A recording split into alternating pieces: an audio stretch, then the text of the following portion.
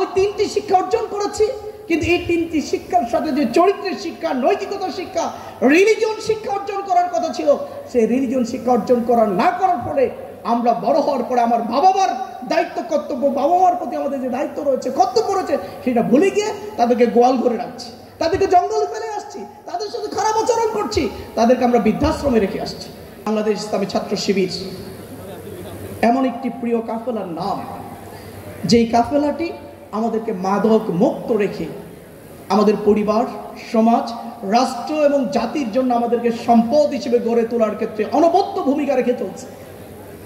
আমরা কেউ বলতে পারবো ইসলামী ছাত্র শিবিরের একজন কর্মী সে মাদক সেবন করে, সে সিগারেট খায়, সে মাদকের সাথে সম্পৃক্ত রয়েছে, এটি ইসলামী ছাত্র শিবিরের সাথে মানায় না। এই ধরনের কাজ ইসলামী ছাত্র শিবির করে না।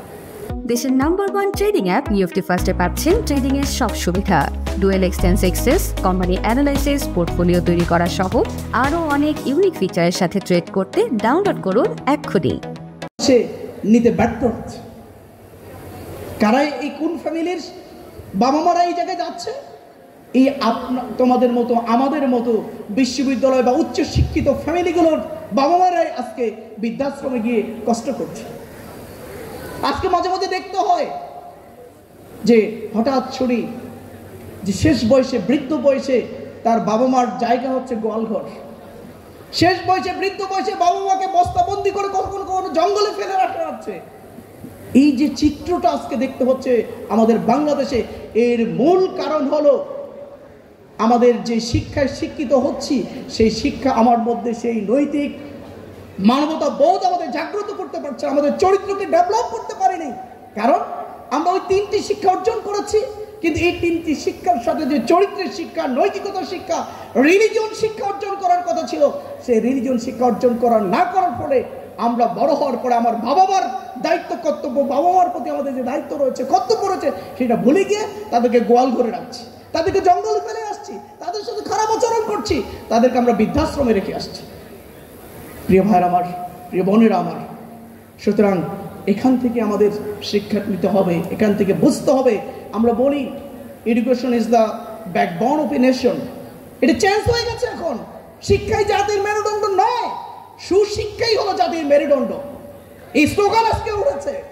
যতক্ষণ পর্যন্ত সুশিক্ষায় জাতির মেরুদণ্ড হবে না, ততক্ষণ পর্যন্ত এই জাতির কোনো উন্নতি হবে না। প্রিয় ভাইরা আমার, এজন্য আমাদেরকে শিক্ষিত নয়, সুশিক্ষিত হিসেবে গড়ে উঠতে হবে।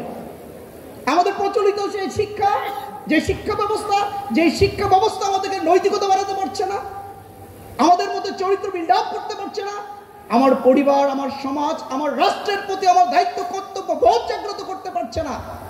সেই শিক্ষার পাশাপাশি আমরা যদি নৈতিকতার শিক্ষা, রিলিজিয়ন শিক্ষা যদি আমরা নিজ উদ্যোগে আমরা যদি গ্রহণ করতে পারি, তাহলেই আমরা প্রকৃত মানুষ হিসেবে গড়ে উঠব এবং আমরাই পারবো আমাদের প্রিয় মাতৃভূমি বাংলাদেশকে উন্নতির শিখরে পৌঁছে দিতে।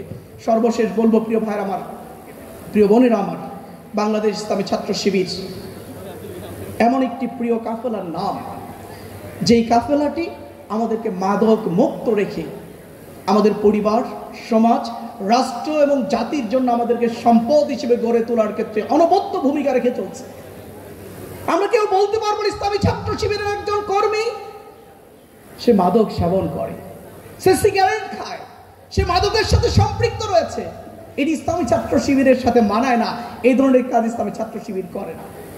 ইসলামী ছাত্র শিবির হলো সেই কাফেলার নাম, যেই কাফেলাটি আমাদেরকে চরিত্রবান রূপে গড়ে তোলে, আমাদেরকে নৈতিকতা সম্পন্ন হিসেবে গড়ে তোলে, আগামীর বাংলাদেশ গড়ার জন্য আমাদেরকে তৈরি করতে চায়। ইসলামী ছাত্র শিবির হলো সেই কাফেলার নাম, যেই প্রিয় কাফেলাটি আমাদেরকে দেশপ্রেমিক হিসেবে তৈরি করে আগামীর বাংলাদেশের জন্য ভূমিকা রাখার ক্ষেত্রে আমাদের মধ্যে কর্তব্য তৈরি করছে।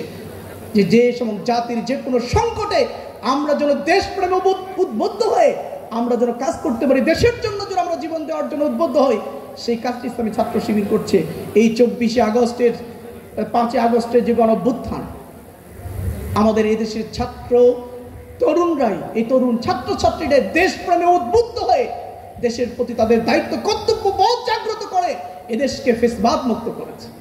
রাজনীতিবিদরা দীর্ঘ 15 বছর ধরে যা পারে নাই, এদেশের ছাত্র ছাত্রী বোনেরাই সেই কাজটা করে দেখিয়েছে। আমাদেরকে চোখে আঙ্গুল দিয়ে আমাদেরকে বলে যে 1952 সালের ভাষা আন্দোলনে এদেশের ছাত্র সমাজ বাংলাকে মাতৃভাষা হিসেবে ছিনিয়ে এনেছিল। আবার আমরা এত বছর পরে এসে এই প্রিয় মাতৃভূমিকে ফেসিবাদ মুক্ত করেছি আমরা ছাত্র সমাজে। ইনশাআল্লাহ সামনের দিনেও আমার দৃঢ় বিশ্বাস এই ছাত্র সমাজ যদি জাগ্রত থাকে, তাদের মধ্যে যদি দেশপ্রেম জাগ্রত থাকে, তারা যদি সঠিকভাবে গড়ে ওঠে, নৈতিকতার সৈন্য এবং চরিত্রবানভাবে গড়ে ওঠে, তাহলে আমাদের এই বাংলাদেশকে কেউ পিছিয়ে দিতে পারবে না। সেই ফেসিবাদের মতো করে আরো কোনো শক্তি যদি বাংলাদেশকে নিয়ে ষড়যন্ত্র করতে চায়, আমাদেরকে যদি পিছিয়ে দিতে চায়, এদেশের ছাত্র সমাজ সেটি রুখে দাঁড়ানোর মতো শক্তি সাহস রাখবে ইনশাআল্লাহ। পরিশেষে আবারও আমি তোমাদেরকে বলতে চাই, সেই কবিতার লাইনটি স্মরণ করে দিচ্ছি, আমাদের দেশে হবে সেই ছেলে কবে কোথায় না বড় হবে, বড় হয়ে কাজে বড় হবে। আমরা কোথায় বড় হতে চাই না, আমরা কাজে বড় হতে চাই। আমরা কাজের মধ্য দিয়ে প্রমাণ করতে চাই আমরা পারি। সবাইকে ধন্যবাদ। সালাম।